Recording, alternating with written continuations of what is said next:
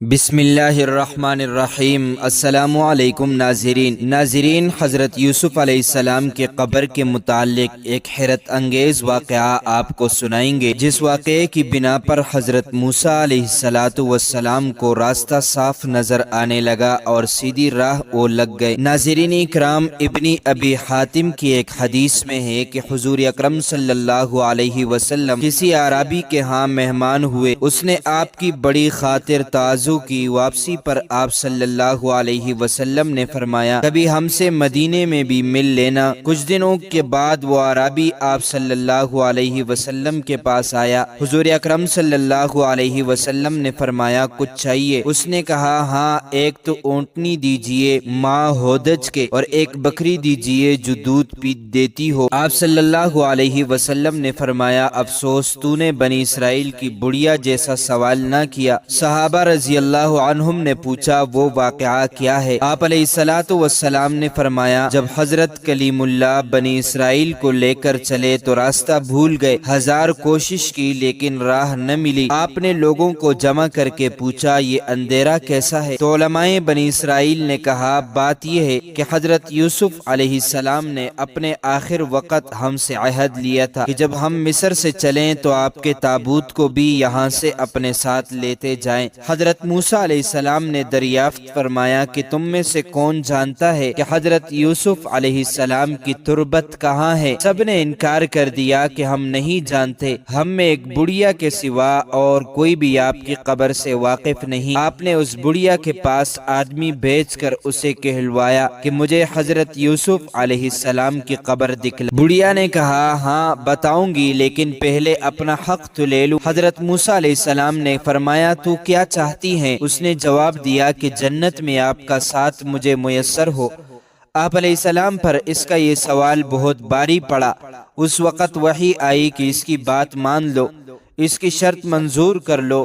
اب وہ آپ کو ایک جھیل کے پاس لے گئی جس کے پانی کا رنگ بھی متغیر ہو گیا تھا۔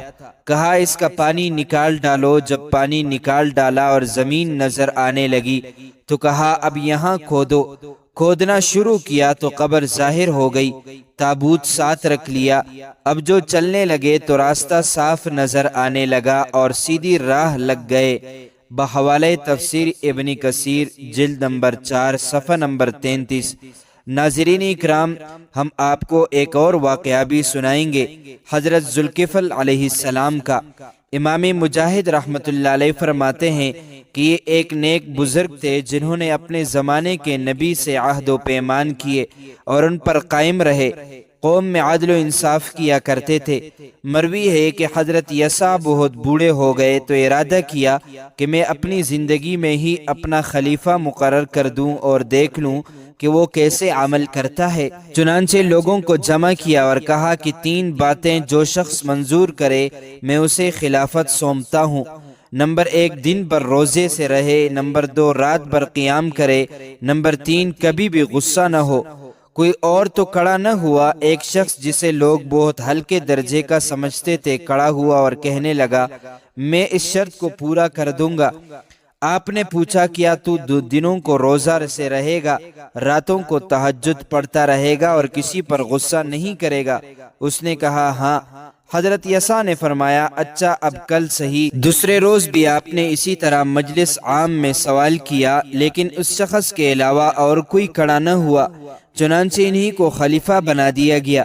اب شیطان نے چھوٹے چھوٹے شیاطین کو اس بزرگ کو بہکانے کے لیے بھیجنا شروع کر دیا، مگر کسی کی کچھ نہ چلی۔ ابلیس خود چلا۔ دوپہر کو قیلولے کے لیے آپ لیٹے ہی تھے کہ خبیث نے کنڈیاں پیٹنی شروع کر دی۔ آپ نے دریافت فرمایا کہ تو کون ہے؟ اس نے کہنا شروع کیا کہ میں ایک مظلوم ہوں، فریادی ہوں، میری قوم مجھے ستا رہی ہے، میرے ساتھ اس نے یہ کیا یہ کیا۔ اب جو لمبا قصہ سنانا شروع کیا تو کسی طرح ختم ہی نہیں کرتا۔ نیند کا سارا وقت اس میں چلا گیا۔ حضرت ذوالکفل دن رات میں بس اسی وقت ذرا سی دیر کے لیے سوتے تھے۔ آپ نے فرمایا، اچھا، شام کو آنا، میں تمہارے ساتھ انصاف کروں گا۔ اب شام کو جب آپ فیصلہ کرنے لگے، ہر طرف اسے دیکھتے ہیں لیکن ان کا کہیں پتہ نہیں، یہاں تک کہ خود جا کر ادھر ادھر بھی تلاش کیا مگر اسے نہ پایا۔ دوسری صبح کو بھی وہ نہ آیا۔ پھر جہاں آپ دوپہر کو 2 گھڑی آرام کرنے کے لیے ارادے سے لیٹے تو یہ خبیث پھر آ گیا، دروازہ ٹھوکنے لگا۔ آپ نے کھلوا دیا اور فرمانے لگے، میں نے تو تم سے شام کو آنے کا کہا تھا، میں منتظر رہا لیکن تم نہ آئے۔ وہ کہنے لگا، حضرت کیا بتلاؤں؟ جب میں نے آپ کی طرف آنے کا ارادہ کیا تو وہ کہنے لگے، تم نہ جاؤ، ہم تمہارا حق ادا کر دیتے ہیں۔ میں رک گیا، پھر انہوں نے اب انکار کر دیا۔ پھر لمبے چوڑے واقعات بیان کرنے شروع کر دیے اور آج کی نیند بھی کھوئی۔ اب شام کو پھر انتظار کیا لیکن نہ اسے آنا تھا نہ آیا۔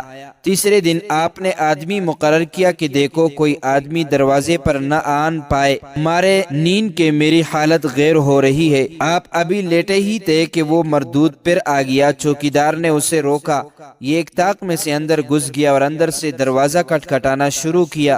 آپ نے اٹھ کر پہرے دار سے کہا کہ میں نے تمہیں ہدایت کر دی تھی، پھر بھی دروازے پر آنے سے نہیں روکا۔ اس نے کہا، نہیں، میری طرف سے کوئی نہیں آیا۔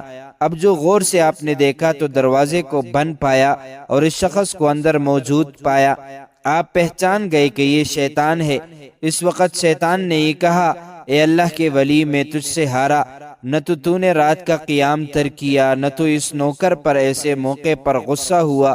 پس خدا نے ان کا نام ذوالکفل رکھا، اس لیے کہ جن باتوں کی انہوں نے کفالت لی تھی انہیں پورا کر دکھایا۔ بحوالہ تفسیر ابن کثیر۔ ناظرین، اللہ تعالی ہمیں شیطان کے شر سے محفوظ رکھے، جو گناہ ہم سے ہوئے ہیں وہ ہمیں معاف فرما دے، اور ہمیں نبی کریم صلی اللہ علیہ وسلم سے سچی محبت نصیب فرمائے، آمین۔